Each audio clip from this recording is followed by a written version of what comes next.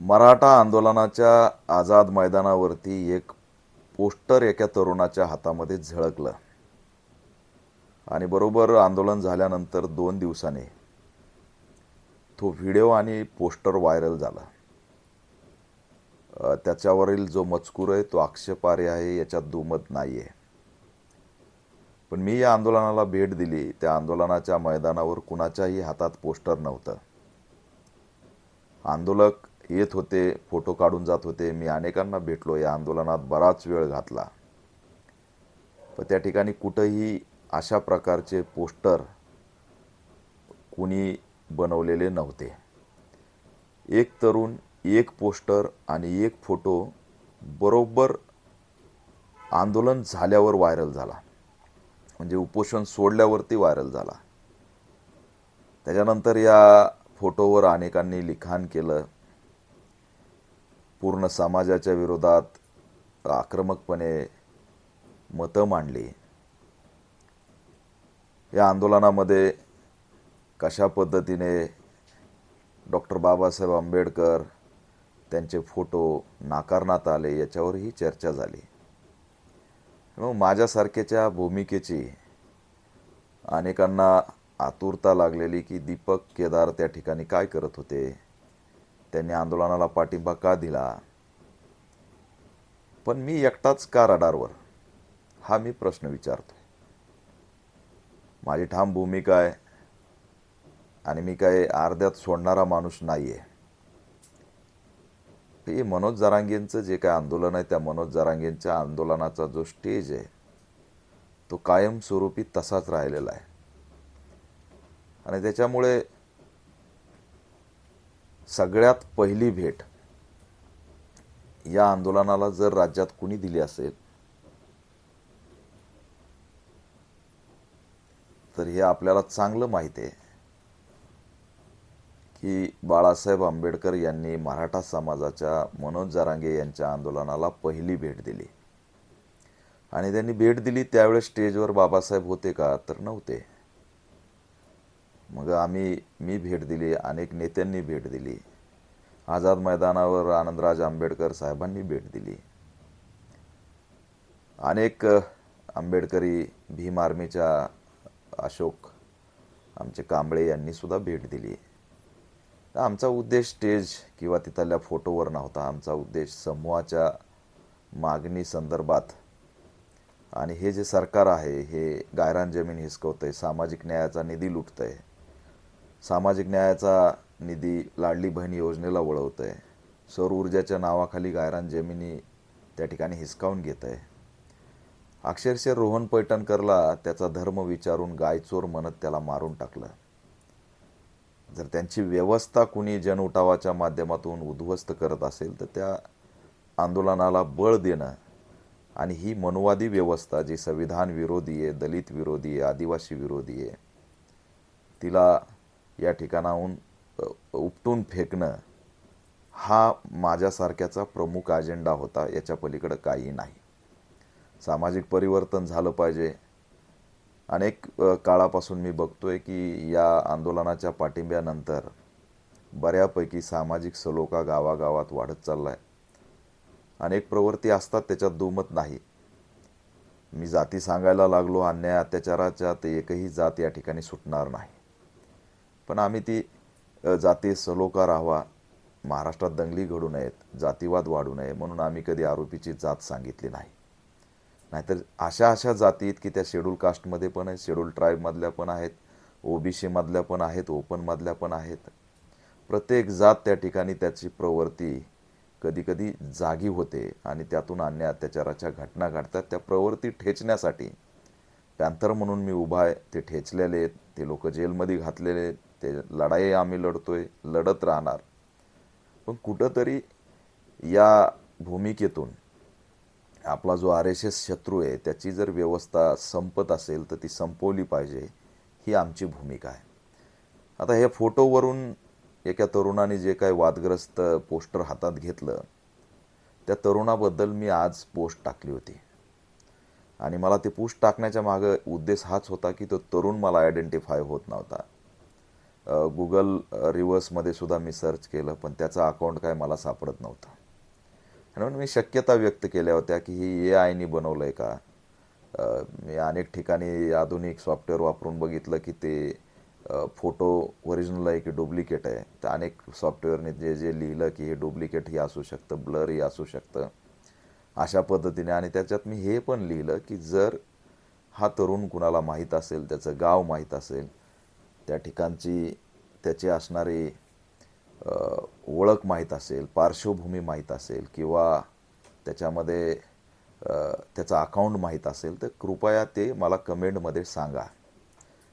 असं सुद्धा मी आव्हान केलं होतं आणि समाजाला, तरुणांना त्या ठिकाणी शांत राहण्याचं सुद्धा आव्हान केलं होतं की एक कुणीतरी असा टाकणार आणि समग्र वातावरण आपण दूषित करणार. आणि अनेक एलिमेंट्स काम करतायत. मी बघतोय की माझ्या वॉलवरती ज्या कमेंट येत आहेत त्या कमेंट मी ओळखू शकतो की याच्या मागं कोण काम करते. गेल्या अनेक वर्षापासून मला अनुभव आहे.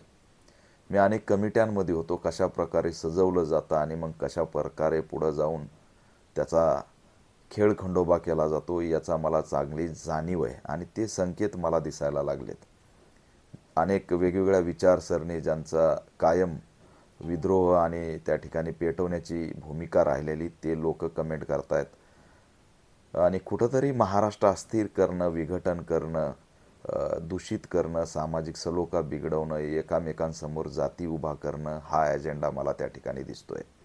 आणि म्हणून आम्ही या संयमाच्या भूमिकेत आहेत. या वादामध्ये बौद्ध समाज होरपळणार नाही यासाठी मी प्रयत्न करतोय. होय, मला माहीत आहे आपण शहरामध्ये एकोप्याने राहतो, झोपडपट्टी आपला समूह ताकदीने राहतो. पण अनेक असे गाव आहेत की तिथं 1 घर आहे, 2 घर आहेत, 4 घर आहेत, 5 घर आहेत, ऊसतोड मजूर आहेत, त्यांचे मुकादम सवर्ण आहेत. अनेक ठिकाणी असं आहे की शेतमजूर आहेत आणि त्यांची उपजीविका त्या सर्व घटकांवरती भागत असते. सामाजिक बहिष्कार कुणाला परवडत नाही, त्या वेदना खूप मोठ्या असतात. दंगली गरिबांना परवडत नाहीत. अनेक वर्ष फाटलेली जी काही आपली वीण असते ती शिवायला वेळ लागतो आणि एका सेकंदात ती आपण फाडून टाकतो. त्याच्यामुळे हे फाटू नये आणि पुन्हा विणायची वेळ येऊ नये अशा पद्धतीची आमची मानसिकता त्यामागे राहिलेली, बाकी दुसरं काहीच नाही. आमच्यासारखा आक्रमक, लढाऊ, अन्याय झाला तिथं आम्ही शांत बसणार नाहीत हे समाजाला माझ्या माहीत आहे, सगळ्यांना माहीत आहे. पण आज माझी भूमिका अशी का, अनेक जण असं विचारतात. तेव्हा हेच मी म्हणतो की आपण याच्यामध्ये काही न केलेलं बरं, कारण आपला ह्याच्यामध्ये काही रोल नाही आहे. बौद्ध समाज हा कमी, गावकुसात कमी आहे आणि त्याला काही होऊ नये ही माझी भावना आहे. बौद्ध समाजाच्या मतावर अनेकांना राजकीय पोळी भाजायची असते आणि त्याच बळावरती आपलं राजकारण उभं करायचं असतं. पण आमचा तो बिलकुल उद्देश नाही आहे. सामाजिक कार्य चालत राहावं, निवडणुका आल्या तेवढ्या काळात आम्ही निवडणुकीच्या याच्यामध्ये सहभागी व्हावं, हा आमचा छोटासा उद्देश असतो. आणि त्याच्यामुळे बौद्ध समाज होरपळणार नाही. 2018 भीमा कोरेगावची दंगल, परभणीची कोम्बिंग, सोमनाथ सूर्यवंशीचा बळी, हे सगळं बघितल्यानंतर न्याय मिळत नाही. आपल्याला आठवत असेल की मुंबईला भिडेला अटक करा म्हणून एल्गार मार्च काढला, लाखो लोक आले, आझाद मैदान अफाट फुल भरलं होतं. आणि त्या ठिकाणी सरकारने आपल्याला सांगितलं होतं, शिष्टमंडळाला, की आम्ही भिडेला अटक करू. पण एवढ्या लाखो लोकांच्या मोर्चानंतर सुद्धा आजच्या तारखेपर्यंत भिडेला तर अटक झालीच नाही, पण दंगलीचा मास्टर माइंड सुद्धा त्या ठिकाणी आपल्याला समजला नाही, अशी गंभीर स्थिती झालेली आहे. भीमा कोरेगावला कोणी दंगल केली? भीमा कोरेगावला आमच्या समाजाला कोणी शिव्या घातल्या? भीमा कोरेगावला विनाकारण आम्हाला शेतामध्ये कोणी पळू पळू मारलं? भीमा कोरेगावला आमची चूक नसताना आमच्या आया बहिणींना उसानी पळावं लागलं. आमची चूक नसताना आमच्या BR आंबेडकर नाव लिहिलेल्या गाड्या फोडण्यात आल्या. हे सुनियोजित कट कारस्थान कुणी केलं होतं? तो भीमा कोरेगावचा अहवाल कधी येणार आहे? आज 7 वर्ष झालं तरी आमची भरपाई नाही. 7 वर्ष झालं त्याच दंगलीदरम्यान झालेल्या पूजा सकटचं हत्याकांड झालं. आजपर्यंत त्या ठिकाणी न्याय आणि काहीच मिळायला तयार नाही. मोर्चे काढून सुद्धा सरकार झुकायला तयार नाही. उलट हेच सरकार एके दिवशी विधानभवनात गुरुजी हे आमचे गुरुजी आहेत, भिडे हे आमचे गुरुजी आहेत असं मुख्यमंत्र्यांनी सांगून त्यांना सर्वच आरोपातून क्लीन चिट दिली आहे. त्यामुळे न्याय हा सरकार प्रत्येकाला फसवत असते, प्रत्येकाला गंडवत असते. आजवरच्या कोणत्याच आंदोलनाला सरकारने त्या ठिकाणी या सरकारने तरी गांभीर्याने घेतलं नाही. आंबेडकर भवन बुलडोजर चालवलं, ऐतिहासिक दस्तावेज चोरला, त्यावेळेस आम्ही अतिशय पेटून उठलो. रत्नाकर गायकवाडला घेरलं, रत्नाकर गायकवाडला अटक करा म्हणून भर पावसामध्ये संपूर्ण देशातील आंबेडकरी अनुयायी रत्नाकर गायकवाडला अटक करा म्हणून आला. पण आज रत्नाकर गायकवाड कुठे आहे? त्याला अटक झाली का? आंबेडकर भवन कुणी पाडलं? काय षडयंत्र झालं होतं? तो दस्तावेज कुठे आहे? ते बुलडोजर कुठे आहेत? किती अधिकारी निलंबित झालेत? करोडोचे लाखोचे मोर्चे काढून सुद्धा आम्हाला न्याय मिळत नाही. आज सोमनाथ सूर्यवंशी कस्टडीमध्ये मारला, पण सोमनाथ सूर्यवंशीला न्याय कुठे आहे? सोमनाथ सूर्यवंशीचा एक तरी आरोपी अटक झालाय का? आज 6 महिने 8 महिने होत आलेत तरी सोमनाथची आई न्याय मागते आणि सोमनाथला न्याय मिळत नाही. सोमनाथला न्याय मिळत नाही, उलट मुख्यमंत्री थट्टा करतात आणि त्या मुख्यमंत्र्याची व्यवस्था जर मनोज जरांगे किंवा मराठा समाज उधळून टाकत असेल तर त्या आंदोलनाला बळ दिलं म्हणून आम्ही काय गुन्हा केला हा प्रश्न मी समाजाला विचारतोय.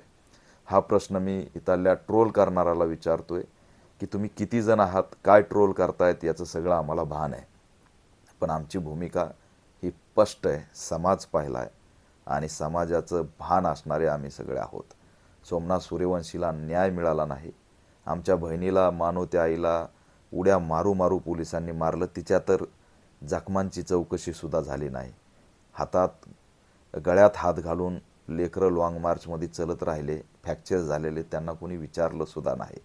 अनेक आंदोलनं झाले, देशव्यापी नेते परभणीमध्ये आले, देशव्यापी लीडर्सने त्या ठिकाणी कुटुंबाची भेट घेतली. पण आम्ही विचारतोय न्याय कुठं आहे? आजपर्यंत कोणत्याच घटनेत आम्हाला न्याय मिळालेला नाही. पण न्यायासाठी या ठिकाणी न्याय मिळत नाही. होरपाळलो मात्र आम्ही एका क्षणात जातो. आज मी बघतोय होरपाळण्याची स्थिती पुन्हा तयार झालेली आहे. विनाकारण बौद्ध समाजाला पुढं केलं जातं आहे.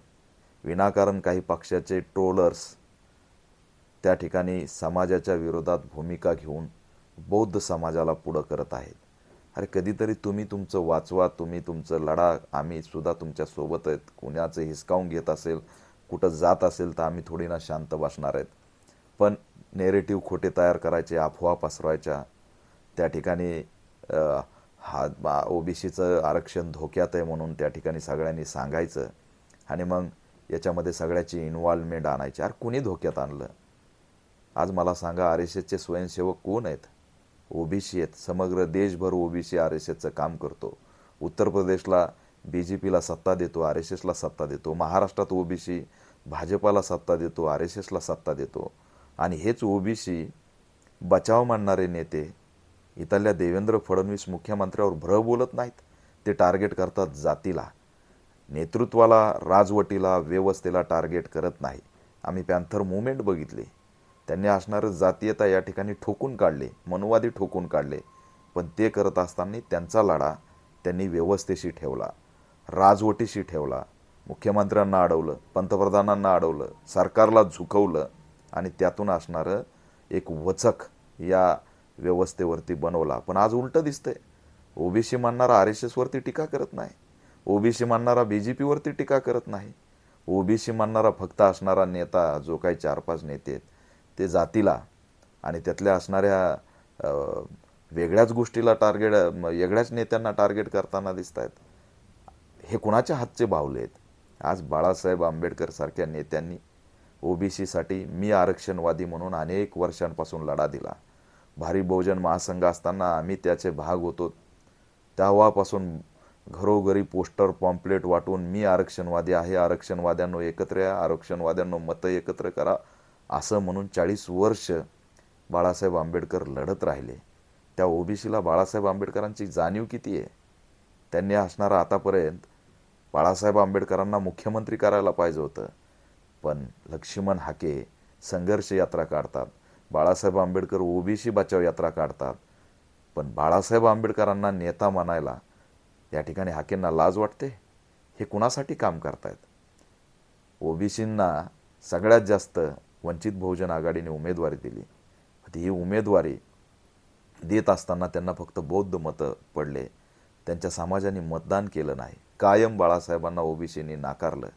MIMची युती ही ओबीसींसाठी बाळासाहेबांना तोडावं लागली, तरीसुद्धा बाळासाहेबांनी सॅक्रिफाईस केलं.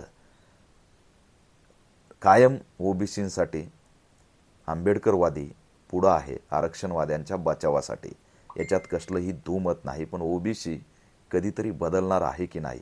आज रोहन पैठणकरचे आरोपीच्या जाती कोणत्या, ज्यांनी धर्म विचारून गायचोर म्हणून मारलं, याचा कधीतरी अभ्यास करा.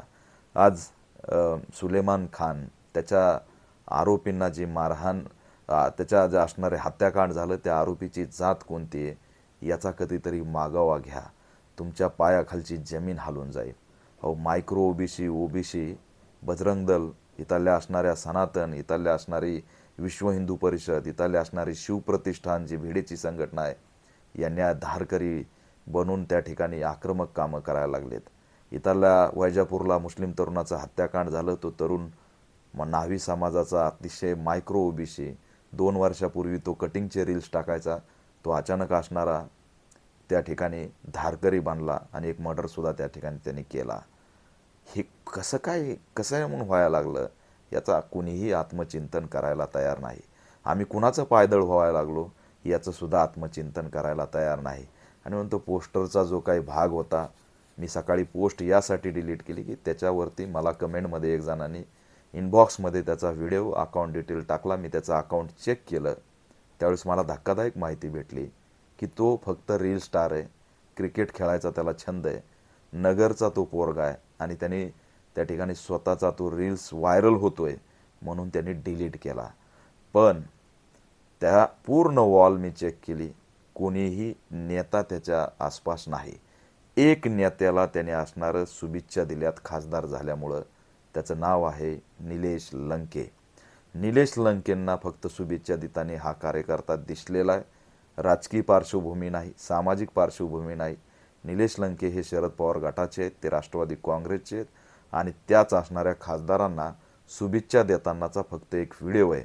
बाकी ते पोस्टर तिथं त्यांनी कसं आणलं, का आणलं, कोणी उभा केलं, त्याचा व्हिडिओ का केला, तो व्हायरल का केला, आंदोलन संपल्यावरच तो व्हायरल का केला, ही असणारी एक संशयित आणि एक मोठी बाब आहे. आणि त्याच्यामुळे मी याच्यामध्ये चिकित्सक वागा, सत्य बघा असंच असणारं धोरण यामागे अवलंबलं. ओबीसी, मराठा समाज यांच्यात दंगली होऊ नयेत, सामाजिक सलोखा बिघडू नयेत, विनाकारण बौद्ध समाज गावागावात होरपळू नये, ही आमची या ठिकाणी प्रामाणिक भूमिका आहे. राहिला आरक्षणाचा विषय, तर कुणीही मराठा समाजाला आरक्षण मिळावं ह्या मानसिकतेत नाही आणि कुणीही ओबीसीचं वाचावं या मानसिकतेत सुद्धा नाही. दोन्हीकडेही माझा स्पेस काय, माझा राजकीय स्पेस काय, माझा राजकीय लाभ काय, माझा राजकीय मतदार काय, याच्यावरती सगळ्यांचा डोळा आहे. पण जयललिताच्या भूमिकेमध्ये कुणीही नाही. तमिळनाडूमध्ये 69% आरक्षण दिलं जातं, 69%. सुप्रीम कोर्ट म्हणतं 50%च्या वर तुम्हाला आरक्षण देता येत नाही. मग तमिळनाडू भारताचा भाग आहे, संविधानामध्ये येणारं तमिळनाडू राज्य आहे, त्या ठिकाणी 69% आरक्षण कसं आहे?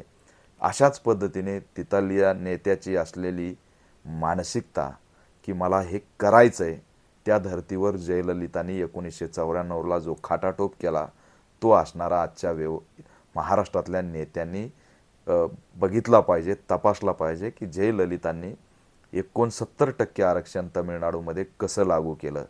त्यात कोर्टाने हायकोर्टाने नाकारलं होतं, सुप्रीम कोर्टाने नाकारलं होतं, तरी कसं टिकवलं, याच्यामध्येच आरक्षण देण्याची मानसिकता आहे. जयललितांनी ओबीसीमध्ये, त्या ठिकाणच्या मागासवर्गीयांच्या प्रवर्गामध्ये आरक्षण एक्सटेंड केलं. जेवढी संख्या इन्क्लूड झाली तेवढ्या टक्क्यांनी आरक्षण वाढवलं आणि म्हणजे त्याला नव्याने निर्माण न करता प्रवर्गामध्ये सामावूनच त्याचं असणारं एक्सटेंड वाढवलं होतं आणि तोच फॉर्म्युला या ठिकाणी लागू होऊ शकतो. सुप्रीम कोर्टामध्ये हे सामाजिक न्यायाचं धोरण, एक न्यायिक काही भूमिका जर राज्य सरकारला घ्यायच्या असतील तर त्या तुम्हाला संविधानाच्या 9व्या सूचीमध्ये त्याची तरतूद करावी लागते, जेणेकरून 9व्या सूचीमध्ये आलेले विषय हे सुप्रीम कोर्टामध्ये जात नाहीत, तशी असणारी तरतूद केंद्रामध्ये आहे.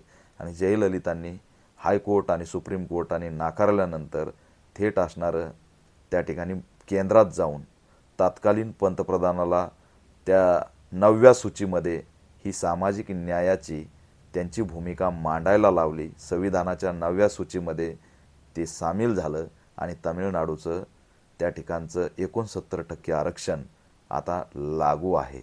आणि म्हणून या धर्तीवर जर राज्याच्या नेत्यांनी मानसिकता दाखवली तर ते टक्केवारी वाढू शकते, पण ती टक्केवारी वाढवायची नाही, प्रश्न सोडायचा नाही.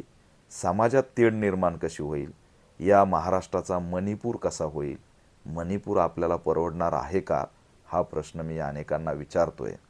राजकीय विश्वासार्हता अनेक पुढाऱ्यांची संपलेली आहे. अनेक जण गेल्या निवडणुकीच्या माध्यमातून एक्सपोज झालेले आहेत. त्यांना जनाधार एकत्र करणं खूप अवघड होत चाललेलं आहे. आणि म्हणून मुद्दे जिवंत करायचे, ते रंगवायचे, पेटवायचे आणि माणसं जळाले की त्यांच्या हारावरती शेकत बसायचं. ही जर राजकीय परिभाषा असेल तर ही राजकीय परिभाषा मला पटणारी नाही आहे. दंगलीतून जर तुम्हाला निर्माण व्हायचं असेल, दंगलीतून जर राजकीय पोळ्या भाजायच्या असतील तर हे योग्य नाही. देशाला नाही जगाला हादरून टाकणारे व्हिडिओ मणिपूरचे बघितलेत, ते महाराष्ट्रात होता कामा नये, यासाठी आमची धडपड आहे. प्रसिद्धीसाठी जर लढायचं असतं तर मला भूमिका बदलता आली असती. त्या ठिकाणी आम्ही प्रसिद्धही झालो असतो, व्हायरलही झालो असतो, जातीवादी स्टेटमेंट करून समाजामध्ये तेढही निर्माण करू शकलो असतो. पण त्यातून काय मिळालं असतं? कुठंतरी समाजाची कोम्बिंग झाली असती, कुठंतरी दंगली झाल्या असत्या, कुठंतरी सोमनाथ सूर्यवंशी एखादा त्या बळी जाताना आम्ही उघड्या डोळ्याने बघितला असता. त्याच्या पलीकडे काय झालं असतं, हा प्रश्न मी विचारतोय. बदल घडला पाहिजे, सामाजिक परिवर्तन घडलं पाहिजे, आपल्याला चाललेल्या या सगळ्या मुद्द्यामध्ये इन्व्हॉल्व होता आलं पाहिजे. पण होत असताना आपल्याकडून आपला समाज असुरक्षित होईल अशी कोणतीही भूमिका घेतली जाऊ नये. अनेक नेते म्हणतात की ओबीसीच्या आरक्षणाला धोकाच नाही. सुप्रीम कोर्टाने त्या ठिकाणी भूमिका घेतलेली, हायकोर्टाने भूमिका घेतलेली. मग एवढं क्लिअर कट आपल्याला माहीत असताना रस्त्यावरचा संघर्ष कशासाठी? एकीकडं म्हणायचं की हे होत नाही आणि दुसरीकडं म्हणायचं की जातंय. या अशा भूमिकेतून महाराष्ट्राचं वातावरण दूषित होतं आहे. या सगळ्यात गृह विभाग गप्प आहे, इंटेलेक्च्युअल ब्युरो IB डिपार्टमेंट गप्प आहे. ते कुठं चहाच्या टपरीवर, गावाकुसात, चळवळीच्या कट्ट्यावर कुठंच दिसत नाही. हे गंभीर आहे. राज्य सरकारला माझं आव्हान आहे की अशा पद्धतीने माणसं माणसावर घालू नका, विघटन करू नका. महाराष्ट्र अतिशय चांगलं राज्य आहे, पुरोगामी विचाराचं, अनेक विचारधारेचा महाराष्ट्र. या ठिकाणी त्याचं मणिपूर करू नका. गृह विभागाने इंस्टाग्राम चेक करावं, सोशल मीडिया चेक करावी. हे असे पोस्टर घेऊन हा तरुण कसा काय उभा होता, याचा पक्ष कोणता, याला कोणत्या नेत्याने पाठवलं होतं, त्याचा शोध घेऊन त्याची भूमिका काय आहे हे एक्सपोज झालं पाहिजे, तरच या ठिकाणी शांतता राहील.